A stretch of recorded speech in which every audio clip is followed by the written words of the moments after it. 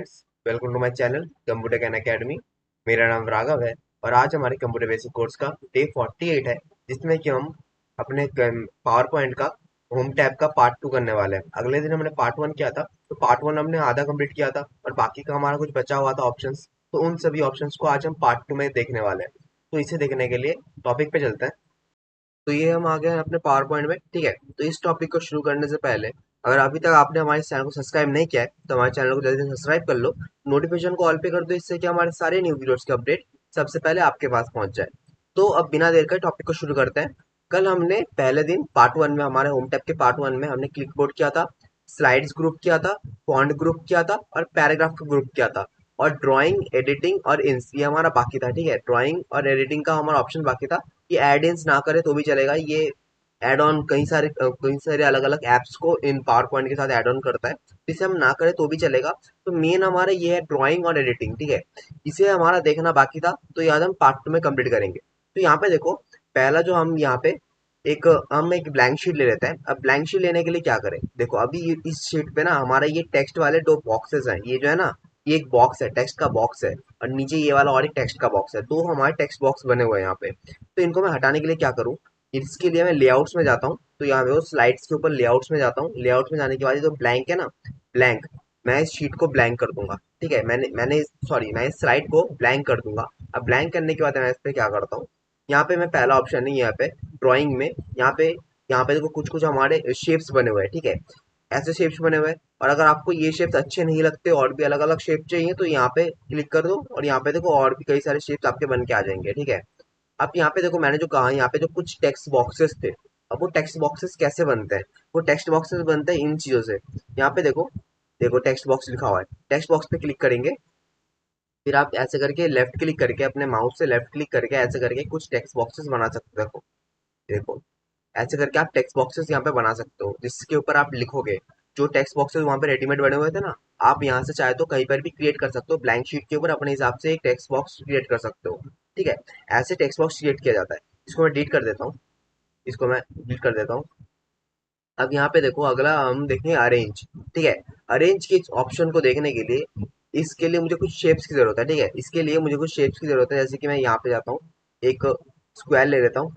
ठीक है, एक स्क्वायर ले लिया मैंने। ठीक है, और देखो स्क्वायर बनाते ही हमारा शेप फॉर्मेट का ऑप्शन ऑन हो गया, जहाँ पे हमारे सारे शेप रिलेटेड जितने भी हमारी चीजें हैं सारे यहाँ पे आ जाएंगे। ठीक है, शेप्स को बनाते ही शेप रिलेटेड जितने भी चीजें आगे आनी चाहिए थे वो सारे आ गई। ठीक है, होम टैब पे चलते हैं। तो यहाँ पे देखो, अभी इस एक शेप के अंदर मैं आपको दिखा देता हूँ बाकी चीजें, मतलब ये अरेंज वाला ऑप्शन मैं दिखाता हूँ कुछ देर बाद। पहले देखो, इस शेप के अंदर हम क्या क्या कर सकते हैं। ये जो शेप मैंने अभी लिया है ना, या फिर कोई भी और भी अगर शेप लेते हैं ना, उसके अंदर हम क्या क्या कर पाते हैं मैं दिखाता हूँ।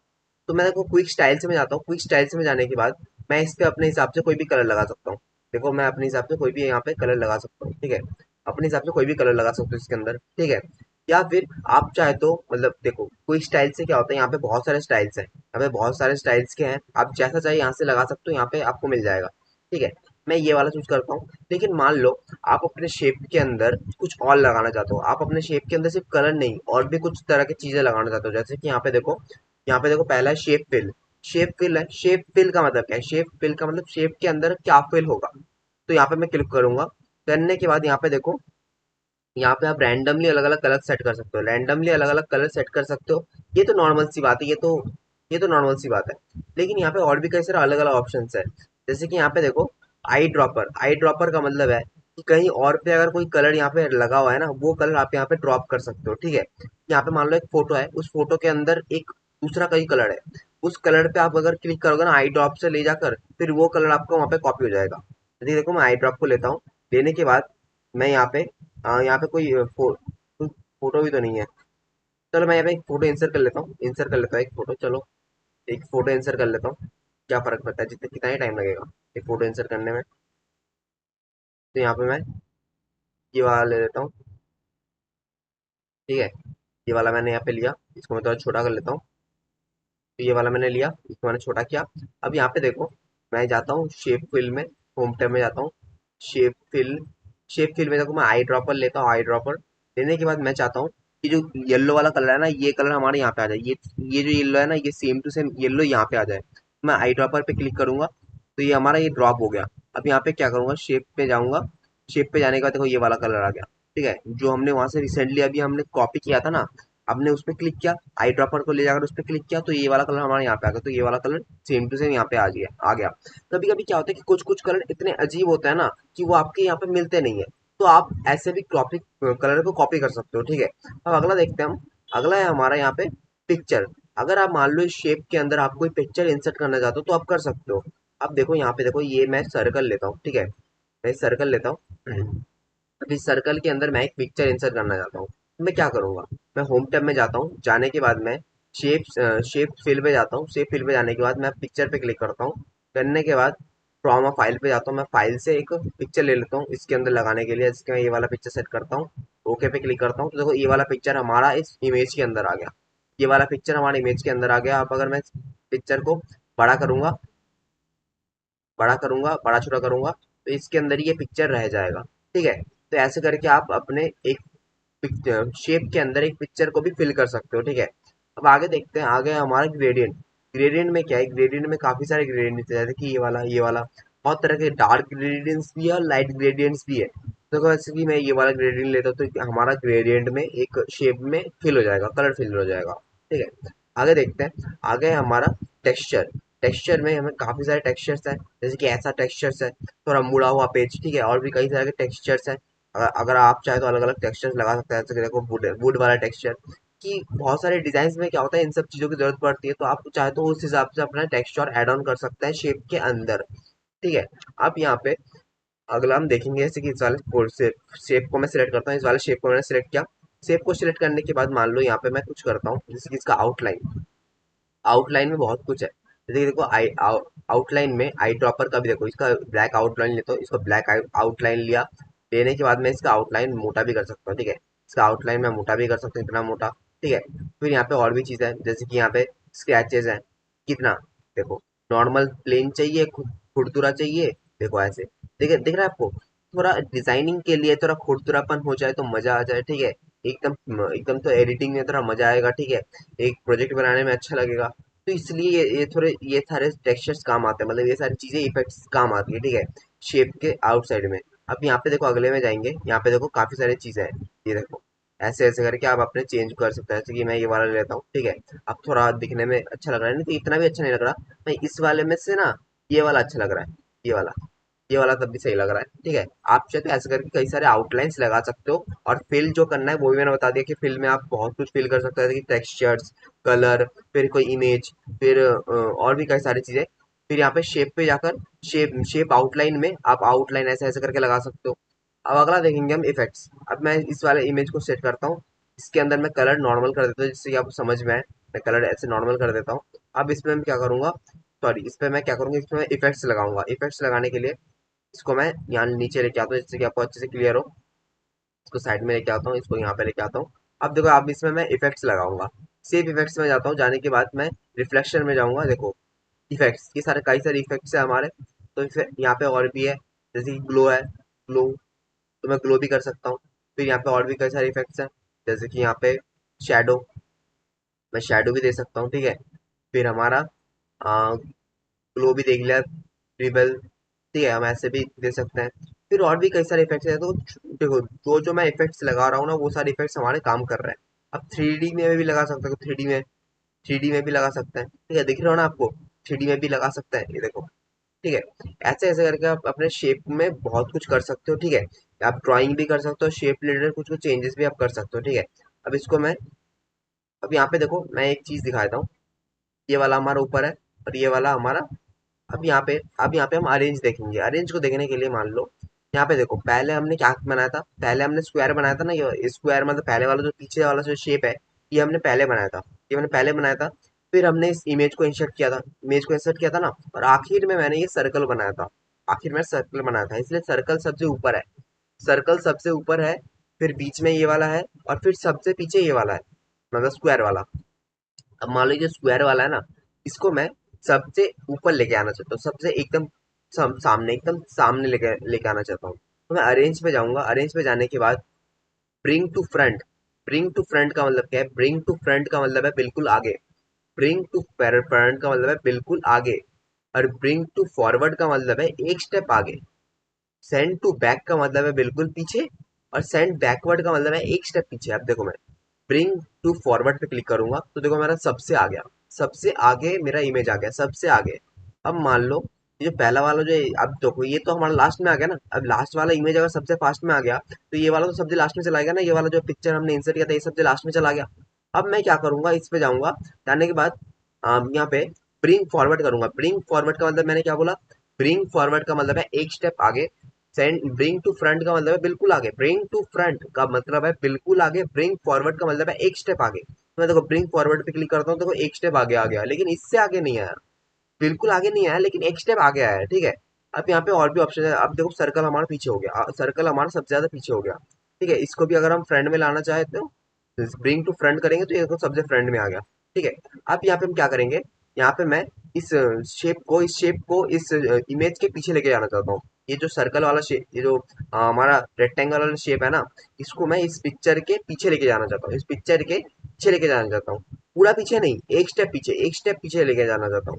अब यहाँ पे देखो मैं क्या करूंगा, यहाँ पे जाने के बाद अगर मैं सेंड बैकवर्ड करूंगा, सेंड बैकवर्ड देखो एक स्टेप पीछे आ गया, एक स्टेप पीछे चला गया ना। अब इस सर्कल को मैं सबसे पीछे करना चाहता हूँ, इस सर्कल को मैं सबसे पीछे करना चाहता हूँ।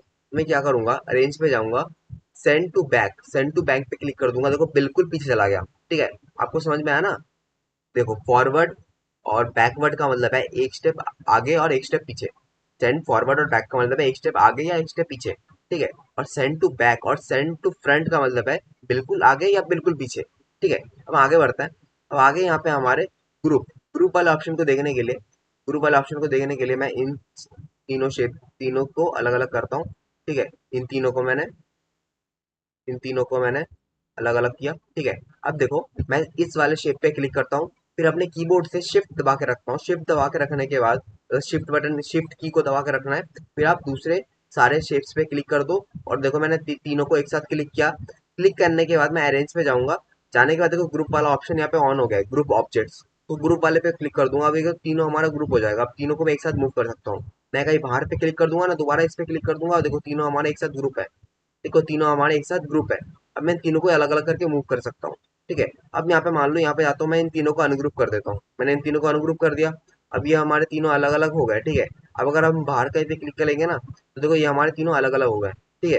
अब मैं दोबारा यहाँ पे जाता हूँ, जाने के बाद रीग्रुप पे क्लिक कर दूंगा, रीग्रुप। रीग्रुप से क्या होगा, ये दोबारा ग्रुप हो जाएंगे, रीग्रुप करूंगा तो देखो दोबारा ग्रुप हो जाएगा, ग्रुप दोबारा ग्रुप हो गए।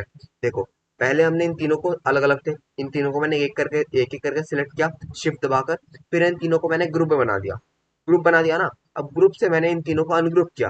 अब अनग्रुप करने पर भी सिस्टम को पता है कि ये तीनों पहले एक ग्रुप थे, तो इसलिए जब मैंने रीग्रुप पे क्लिक किया, रीग्रुप पे जब मैंने रीग्रुप पे क्लिक किया तो इन तीनों को दोबारा ग्रुप में बदल दिया, ठीक है। ऐसा करके हो सकता है, मैं अनग्रुप कर देता हूँ। अब यहाँ पे हम दिखाते हैं। अब देखो यहाँ पे अरेंज पे जाते हैं, अरेंज पे जाने के बाद अब अलाइनमेंट्स, अलाइनमेंट्स में क्या है, ये जो हमारा शेप है ना, ये जो हमारा रेक्टेंगल है हमारा कहाँ पे रहेगा। यहाँ पे देखो अगर मैं लेफ्ट के साइड करता हूँ तो लेफ्ट में चला जाएगा, ठीक है। और अगर मैं राइट की साइड करता हूँ तो राइट में चला जाएगा, और अगर मैं सेंटर में करता हूँ तो देखो सेंटर में आ जाएगा। ऐसे ऐसे करके आप अपने जो शेप वगैरह होते हैं या इमेज वगैरह होता है ना, उसका जो अलाइनमेंट होता है कि कहाँ रखना है वो चीज। आपने टेक्स्ट अलाइनमेंट देखा, यहाँ पे देखो यहाँ पे अपने टेक्स्ट अलाइनमेंट देखा ना, पैराग्राफ में टेक्स्ट अलाइनमेंट देखा, और यहाँ पे ये हमारा शेप अलाइनमेंट है, शेप बोलो पिक्चर बोलो कि उसको आप अपने स्लाइड के कहाँ पे रखना चाहते हो, यहाँ पे कहाँ पे रखना चाहते हो, यहाँ से आप कर सकते हो। और यहाँ पे अगला वाला आता है, इस अगले वाले को दिखाने के लिए जैसे कि मैं इस शेप को लेता हूँ, इस इमेज को लेता हूँ, इमेज को लेने के बाद अब अगला है हमारा यहाँ पे रोटेट, रोटेट में जाएंगे 90 डिग्री, तो 90 डिग्री तक घूम जाएगा। फिर ऐसे करेंगे तो इस तरफ घूम जाएगा। अब वर्टिकल में करेंगे तो ऊपर मतलब उल्टा हो जाएगा, और फ्लिप हॉरिजॉन्टल करेंगे तो उल्टा करके इस तरफ हो जाएगा, ठीक है। देखो 90 डिग्री में क्या होता है, ऐसे करके घूम जाता है, और 90 डिग्री रोटेट लेफ्ट में मतलब ऐसा करके घूम जाता है, और फ्लिप वर्टिकल में ऐसे पलट जाता है, फ्लिप वर्टिकल में ऐसे पलट जाता है, और फ्लिप हॉरिजॉन्टल में ऐसे करके पलट जाता है। तो मैं फ्लिप वर्टिकल में रखता हूँ, रखने के बाद मैं क्या करता हूँ, इसको मैं 90 डिग्री करता हूँ, और फिर मैं इसको रोटेट में जाकर फ्लिप हॉरिजॉन्टल कर देता हूँ। मतलब यहाँ पे बहुत कुछ आप कर सकते हो, इसको अपने रोटेट कर सकते हो, अपने हिसाब से इधर उधर रोटेट कर सकते हो, ठीक है। अब अगला आता है सिलेक्शन पैन। सिलेक्शन पैन का क्या मतलब है, सिलेक्शन पैन को क्लिक करता है, तो यहाँ पे देखो आपको तीन चीजें दिख रही होंगी। पिक्चर 6, ये वाला पिक्चर 6 है, फिर ये वाला पिक्चर रेक्टेंगल 4 है, और ये वाला ओब्यूल 7 है। ठीक है, यहाँ पे हमें दिख रहा है कि हमारी इस स्लाइड में क्या क्या ओपन है। इन तीनों को ओपन किया है, तो मैं अगर मान लो इस वाले को हटाना चाहता हूँ तो मैं इस पे इस आई पे टिक कर दूंगा, तो ये वाला यहाँ पे हट जाएगा। हाइड हो गया, ये हमारा हाइड हो गया है यहाँ पर ही, लेकिन हमारा हाइड हो गया, हमारा अभी दिखेगा नहीं। अब अगर मैं इसको भी हाइड करना है तो इसको भी हाइड कर सकता हूँ, और इसको भी हाइड करना है तो इसको भी हाइड कर सकता हूँ। ठीक है, और मान लो मुझे तीनों ही चाहिए, तो मैं शो ऑल पे क्लिक कर दूंगा, तो हमारे तीनों ही आ जाएंगे। देखो यहाँ पे शो ऑल लिखा हुआ है, शो ऑल पे क्लिक कर देंगे तो तीनों ही आ जाएंगे, और हाइड ऑल पे कर देंगे तो तीनों हाइड हो जाएंगे। और या फिर हम अलग अलग करके भी, एक एक करके भी हम हाइड कर सकते हैं। ठीक है, अगर इनको अगर ना दिखाना है तो, बंद करके रखना है तो हम यहाँ से कर सकते हैं। ठीक है, अब आगे देखते हैं। हम आगे हमारा हमने अरेंज भी देख लिया, हमने कैसे शेप्स इंसर्ट करना है या फिर टेक्स्ट बॉक्स बनाना है, हमने वो भी दिखा लिया। अब देखो यहाँ पे मैं और एक टेक्स्ट बॉक्स बना देता हूँ। यहाँ पे देखो मैंने टेक्स्ट बॉक्स बना दिया। अब इसके अंदर मैं कुछ भी लिख सकता हूँ। ठीक है, इसके अंदर मैं कुछ भी लिख सकता हूँ, इसके अंदर मैं कुछ भी लिख सकता हूँ। ठीक है, देखो ये हमारा एक टेक्स्ट बॉक्स है। अब यहाँ पे देखो मैं सिलेक्शन पैन को ओपन करता हूँ, सिलेक्शन पैन। तो यहाँ पे देखो हमें लिख रहा है text box number 10, text box 10 हमारा कौन सा है, ये वाला है हमारा टेक्स्ट बॉक्स 10। और यहाँ पे देखो हमारे ये चार चार चीजें हैं। ठीक है, जिसमें कि एक टेक्स्ट बॉक्स है, एक पिक्चर है, एक रेक्टेंगल है, एक ओवल है। ठीक है, तो अगर मैं इन तीनों को अगर हाइड करना है तो तीनों को हाइड कर सकता हूँ, तो मैं हाइड ऑल पे कर दूंगा तो हमारे तीनों हाइड हो जाएंगे। ठीक है, तीनों हाइड हो गए ना हमारे। अब यहाँ पे आगे बढ़ते हैं। ठीक है, आगे बढ़ने के लिए यहाँ पे देखो, अब यहाँ पे हमने ड्राइंग में अरेंज भी देख लिया, क्विक स्टाइल्स भी देख लिया, शेप फिल भी देख लिया, शेप आउटलाइन भी देख लिया, और शेप इफेक्ट्स भी देख लिया। अब यहाँ पे हम एडिटिंग वाले ऑप्शंस को देखेंगे। एडिटिंग वाले ऑप्शन को देखने के लिए मुझे यहाँ पे एक पैराग्राफ लिखना पड़ेगा। ठीक है, पैराग्राफ लिखने की जरूरत है। अब पैराग्राफ जो मैं लिखूंगा यहाँ पे, लेकिन यहाँ पे एक दिक्कत है, यहाँ पे तो हमारा हम लिख ही नहीं पाएंगे ना, यहाँ पे हम कुछ नहीं है लिखने के लिए, एरिया नहीं है यहाँ पे। मैं मानता हूँ एक स्लाइड है, लेकिन स्लाइड के अंदर आप डायरेक्ट नहीं लिख सकते। उसके लिए आपको एक टेक्स्ट बॉक्स की जरूरत है। टेक्स्ट बॉक्स नहीं होगा तो आप लिखोगे कहाँ। इसलिए मैं यहाँ पे एक टेक्स्ट बॉक्स बना लेता हूँ। यहाँ से मैं यहाँ से लेकर यहाँ तक एक मैं टेक्स्ट बॉक्स बना लेता हूँ। तो मैंने एक टेक्स्ट बॉक्स बना लिया। अब यहाँ पे मैं एक फॉर्मूला डालूंगा, जिससे कि हमारा एक रैंडमली एक पैराग्राफ बन के आएगा। तो मैं यहाँ पे फॉर्मूला डाल देता हूँ। फॉर्मूला फॉर्मूला डाल दिया मैंने, equal to rand, bracket open किया, ब्रैकेट क्लोज किया, रैंड का मतलब है रैंडम। ठीक है, रैंडमली एक पैराग्राफ बन के आएगा। अब मैं एंटर पे क्लिक करता हूँ, देखो यहाँ पे मेरा एक रैंडमली एक पैराग्राफ बन गया। ठीक है, अब मैं मान लो यहाँ पे मैं फाइंड करना चाहता हूँ कि यहाँ पे ब्राउन ब्राउन जो वर्ड है ना, ब्राउन वर्ड यहाँ पे कहाँ का लिखा हुआ है। तो मैंने गलती से रेड के बदले मैंने ब्राउन कर दिया था, ब्राउन लिख दिया था मैंने। तो यहाँ पे ब्राउन कहाँ का लिखा हुआ है वो मुझे सर्च करना है। तो मैं सर्च कैसे करूंगा। अगर मुझे ढूंढना है कि यहाँ पे मैंने कहाँ पे मैंने ब्राउन लिखा है, मान लो ये अभी हमारा पैराग्राफ छोटा है। ठीक है, मान लो यहाँ पे बहुत सारे स्लाइड्स होते हैं, यहाँ पे बहुत सारे 10-15 स्लाइड होते हैं। अगर आप 10-15 स्लाइड्स में अगर आप किसी ब्राउन को ढूंढना चाहते हैं तो ब्राउन वर्ड को आप ढूंढ सकते हो, बहुत टाइम लग जाएगा ना।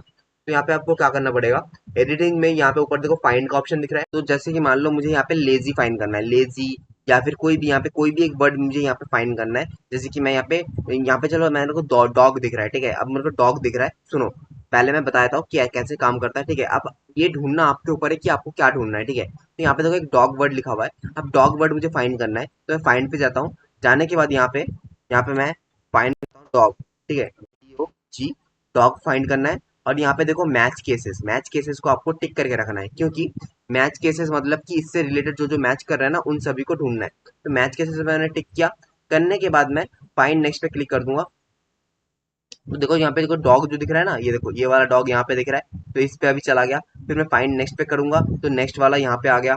फिर फाइंड नेक्स्ट पे करूंगा तो देखो नेक्स्ट वाला यहाँ पे आ गया। तो हम नेक्स्ट नेक्स्ट करेंगे ना, जहां जहाँ पे हमें डॉग डॉग दिख रहा है वो सभी को फाइंड करेंगे। ठीक है, तो यहाँ पे हम जहां जहाँ पे डॉग डॉग जाएंगे, मतलब डॉग अभी लिखा हुआ है, और जहां जहाँ पे फाइंड नेक्स्ट करेंगे तो नेक्स्ट नेक्स्ट करके उसी सभी जगहों पे आ रहा है। ठीक है, अब ये आपने देख लिया कि डॉग कैसे किसी वर्ड को फाइंड किया जाता है। आपके पैराग्राफ में कभी किसी वर्ड को पर्टिकुलर वर्ड को आपको फाइंड करना है तो फाइंड कर सकते हो। ठीक है, अब यहाँ पे देखो अगला ऑप्शन है हमारा रिप्लेस। अब यहाँ पे रिप्लेस का मतलब क्या, अगला है हमारा रिप्लेस। अब रिप्लेस का मतलब क्या है, रिप्लेस का मतलब ये है कि मान लो आपने एक स्टोरी लिखी है। अब स्टोरी में क्या है, स्टोरी में जो दो लोगों का नाम है कि दो लोग आपस में बात कर रहे हैं, दो लोग आपस में बात कर रहे हैं, एक का नाम है राघव और एक का नाम है समीर। राघव नाम है और एक समीर है। अब मान लो इन दोनों के अंदर बातचीत चल रही है कि कौन पहले ये बात बोल रहा है, फिर दूसरा ये बोल रहा है, फिर ये बोल रहा है, फिर ये बोल रहा है। तो यहाँ पे दो लोगों की कन्वर्सेशन चल रही है, एक दोनों लोगों की बातचीत चल रही है। अब उसमें आप करना चाहते हो कि आपने गलती से ना समीर लिख दिया, वो शिवम था। आपने गलती से समीर लिख दिया, वो शिवम था। तो आपको क्या करना है, आपको रिप्लेस में जाना है। रिप्लेस में जाने के बाद पहले आपको समीर लिखना है, फिर उसको रिप्लेस कर देना है शिवम से। तो यहाँ पे देखो मैं इस पे आता हूँ।